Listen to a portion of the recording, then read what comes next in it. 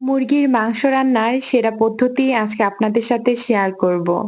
আসসালামু আলাইকুম। আমার নতুন আরেকটা ভিডিওতে সবাইকে স্বাগতম। এই মুরগিটা বাড়ির পালিত মুরগি ছিল। আমার শাশুড়ি আসার সময় দিয়ে দিয়েছে। তাই ভাবলাম আজকে এই মুরগি দিয়ে আপনাদের সাথে একটা সুন্দর রেসিপি শেয়ার করি। মুরগিটা সুন্দর মতো পরিষ্কার করে ধুয়ে নিয়ে এখন কিছুটা শুকনো মশলা দিয়ে নেব। এখানে পরিমাণ মতো লবণ, হলুদের গুঁড়ো, মরিচের গুঁড়ো দিয়ে সুন্দর মতো মুরগির মাংসের সাথে মশলাটা মেখে নেব। মশলাগুলো সুন্দর মতো মাখিয়ে নিয়ে কিছুক্ষণ আমরা রেস্টে রেখে দেব। তাহলে দেখবেন মাংসের মধ্যে সম্পূর্ণ মশলাগুলো সুন্দর মতো ঢুকে যাবে। আধা ঘন্টার জন্য মাংসগুলো এভাবে রেস্টে রেখে দিয়েছি। আধা ঘন্টা পর মাংসগুলো আমি সুন্দর মতো একটা ফ্রাই প্যানে তেল দিয়ে সামান্য ভেজে নেব।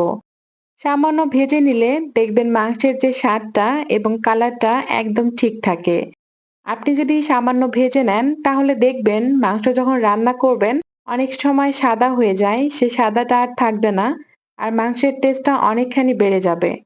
যদি কখনো এভাবে রান্না না করে থাকেন, অবশ্যই আজকের ভিডিও দেখে একবার ট্রাই করবেন।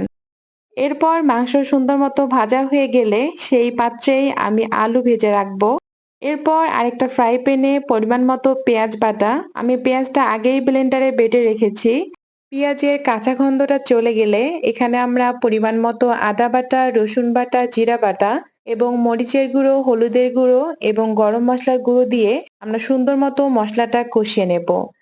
মুরগির মাংসের এই মশলাটা আপনি যত কষাবেন মুরগির মাংসের টেস্ট ততটা বেড়ে যাবে। এরপর সুন্দর মতো কষানো হয়ে গেলে আগে থেকে ভেজে রাখা যে মুরগির মাংস সেটা দিয়ে আরো কিছুক্ষণ কষিয়ে নেব।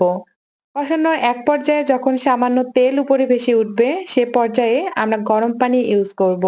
এখানে অবশ্যই গরম পানিটা দেওয়ার চেষ্টা করবেন, কারণ গরম পানি দিলে খাবারের মান এবং স্বাদ দুটোই ঠিক থাকে। যাই হোক, এরপর আগে থেকে ভেজে রাখা আলুগুলো দিয়ে নেড়ে সুন্দর মতো মশলার সাথে মাখিয়ে নেব। এরপর সুন্দর মতো ঢাকনা দিয়ে কিছুক্ষণ অপেক্ষা করব যেন মুরগির মাংস এবং আলুগুলো সুন্দর মতো সিদ্ধ হয়ে যায়। এই তো আমার ফাইনাল লুক, দেখতেই পাচ্ছেন কতটা লোভনীয় হয়েছে। সত্যি বলতে এভাবে যদি মুরগির মাংসের ঝোল রান্না করেন তাহলে খেতে কিন্তু দারুণ হয়।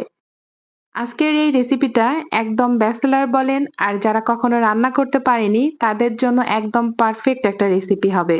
একদম সহজ উপায়ে ঘরোয়া পদ্ধতিতে তৈরি করে নিতে পারবেন আজকের এই রেসিপি। তো কেমন লাগলো অবশ্যই সবাই কমেন্ট করে জানাবেন। খাবার খেতে খেতে আজকে এখানেই বিদায় নিচ্ছি। দেখা হবে নতুন কোনো ভিডিওতে নতুন কোনো গল্প নিয়ে। সবাই ভালো থাকবেন। আল্লাহ হাফেজ।